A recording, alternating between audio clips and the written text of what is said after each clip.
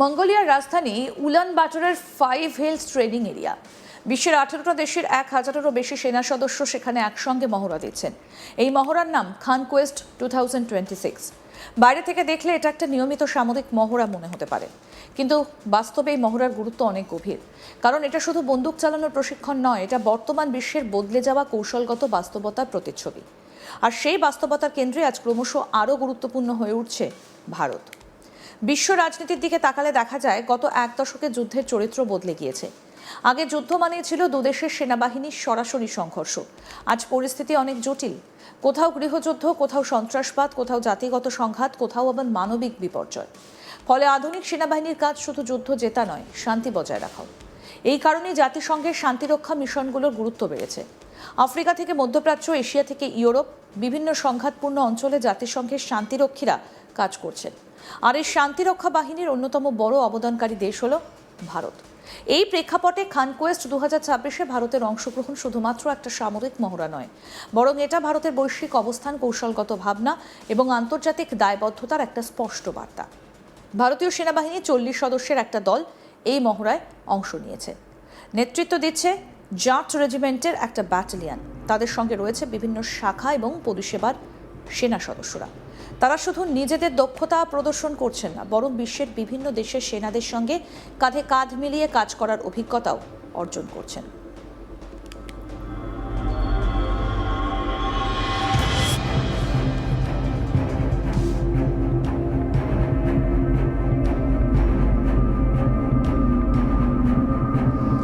প্রশ্ন হলো, এই মহড়ার আসল তাৎপর্য কোথায়? উত্তর খুঁজতে হলে বর্তমান বিশ্বের ভূ রাজনৈতিক পরিস্থিতি বুঝতে হবে। রাশিয়া ইউক্রেন যুদ্ধ দেখিয়েছে একটা আঞ্চলিক সংঘাত কিভাবে বিশ্ব অর্থনীতি নাড়িয়ে দিতে পারে। মধ্যপ্রাচ্যের সংঘাত দেখিয়েছে যুদ্ধের আগুন কত দ্রুত আন্তর্জাতিক নিরাপত্তাকে প্রভাবিত করতে পারে। আফ্রিকার বিভিন্ন অঞ্চলের রাজনৈতিক অস্থিরতা আবার মনে করিয়ে দিয়েছে শান্তি প্রতিষ্ঠা শুধু সামরিক শক্তির বিষয় নয়, বরং মানবিক এবং সামাজিক দায়িত্ব। এই বাস্তবতায় বিশ্বের সেনাবাহিনী এখন শুধু যুদ্ধক্ষেত্রের জন্য নিজেদের প্রস্তুত করছে না, তারা নিজেদের প্রস্তুত করছে শান্তিরক্ষী হিসেবেও। কনকোয়েস্ট সেই প্রস্তুতিরই একটা বড় মঞ্চ। এই মহড়ায় ভারতীয় সেনারা যে প্রশিক্ষণ নিচ্ছেন তার মধ্যে রয়েছে চেকপয়েন্ট পরিচালনা, টহলদারি, ঘেরাও ও তল্লাশি অভিযান, জনতা নিয়ন্ত্রণ ও জাতিসংঘের সম্পদ সুরক্ষা, সাধারণ মানুষের জন্য মানবিক সহায়তা, যুদ্ধক্ষেত্রে প্রাথমিক চিকিৎসা এবং আহতদের নিরাপদে সরিয়ে নেবার মতো গুরুত্বপূর্ণ বিষয়। একবার ভেবে দেখুন, এগুলো কোনো আক্রমণাত্মক যুদ্ধের কৌশল নয়, এগুলো এমন দক্ষতা যা প্রয়োজন হয় যখন কোনো অঞ্চল যুদ্ধবিধ্বস্ত হয়ে পড়ে এবং সেখানে সাধারণ মানুষের জীবন রক্ষা করতে হয়। ভারতের জন্য এই অভিজ্ঞতা নতুন নয়। দশকের পর দশক ধরে ভারত জাতিসংঘের শান্তিরক্ষা মিশনের অন্যতম বড় অংশীদার। কঙ্গো, দক্ষিণ Sudan, Lebanon, Sierra Leone, Cambodia, বিশ্বের বহু সংঘাতপূর্ণ অঞ্চলে ভারতীয় সেনারা শান্তি প্রতিষ্ঠার কাজে গুরুত্বপূর্ণ ভূমিকা পালন করেছেন। ভারতের হাজার হাজার সেনা সদস্য জাতিসংঘের পতাকার নিচে কাজ করেছেন, অনেকে প্রাণও দিয়েছেন। সেই অভিজ্ঞতা আজ ভারতের একটা বড় কৌশলগত সম্পদ।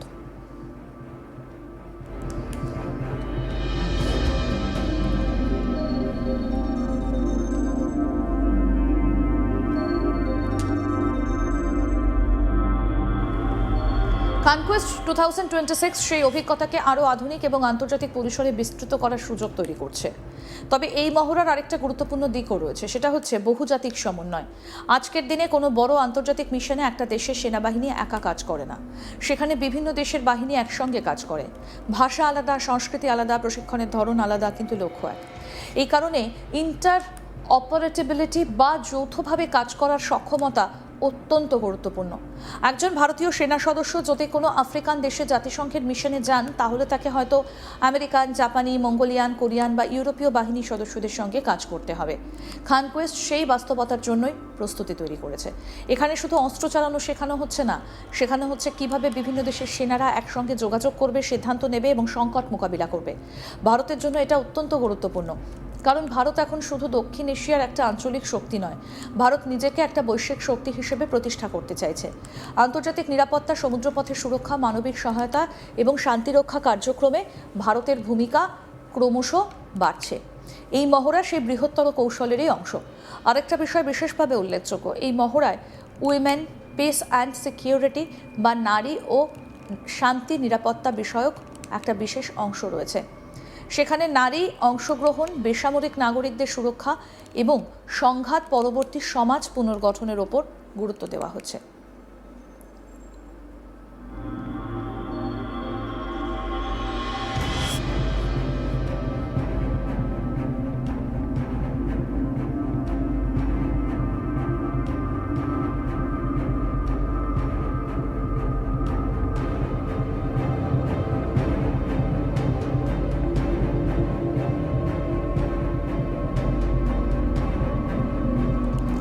এটা অত্যন্ত তাৎপর্যপূর্ণ, কারণ আধুনিক শান্তিরক্ষা মিশনে শুধু বন্দুক হাতে পাহারা দেওয়াই যথেষ্ট নয়।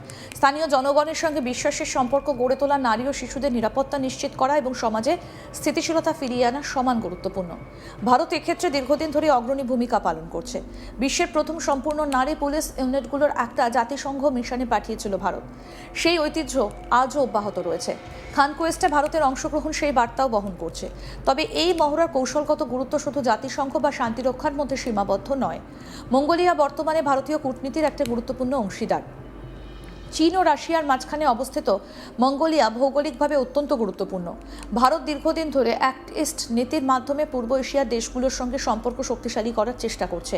মঙ্গোলিয়ার সঙ্গে প্রতিরক্ষা সহযোগিতা সেই কৌশলের একটা গুরুত্বপূর্ণ স্তম্ভ। ফলে এই মহড়া কেবল সামরিক সহযোগিতা নয়, কূটনৈতিক সম্পর্কেরও প্রতীক। বিশ্বের বর্তমান পরিস্থিতিতে শক্তি প্রদর্শন এবং শান্তিরক্ষা দুটিকেই একসঙ্গে এগিয়ে নিয়ে যেতে হচ্ছে। ভারত সেই ভারসাম্য বজায় রাখার চেষ্টা করছে। একদিকে সীমান্তে চীন ও পাকিস্তানের মতো নিরাপত্তা চ্যালেঞ্জ, অন্যদিকে আন্তর্জাতিক পরিসরে দায়িত্বশীল শক্তি হিসেবে নিজেকে প্রতিষ্ঠার লক্ষ্য। খান কোয়েস্ট 2026-এ অংশগ্রহণ সেই দ্বৈত কৌশলেরই প্রতিফলন। অনেকে প্রশ্ন করতে পারেন, মঙ্গোলিয়ায় কয়েক ডজন ভারতীয় সেনার অংশগ্রহণে এমন কি বড় গুরুত্ব রয়েছে?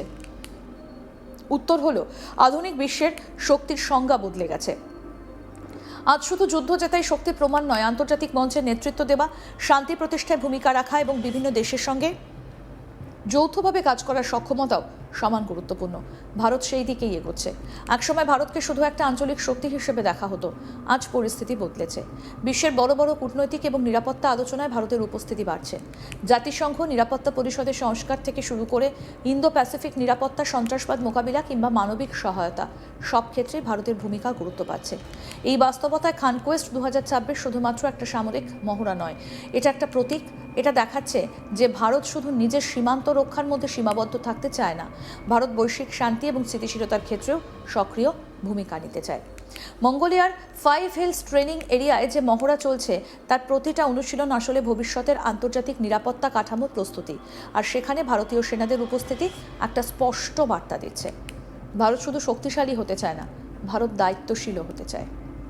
বিশ্ব যখন সংঘাত, অস্থিরতা এবং অনিশ্চয়তার নতুন যুগে প্রবেশ করছে, তখন শান্তি রক্ষার এই মহড়াগুলো শুধু সামরিক প্রশিক্ষণ নয়, ভবিষ্যতের বিশ্ব ব্যবস্থা গঠনেরও অংশ। আর সেই প্রক্রিয়ায় ভারত আজ একজন গুরুত্বপূর্ণ অংশীদার হিসেবে নিজেকে প্রতিষ্ঠিত করছে। আরও আপডেট পেতে দেখতে থাকুন আজ তাক বাংলা, সাবস্ক্রাইব করুন।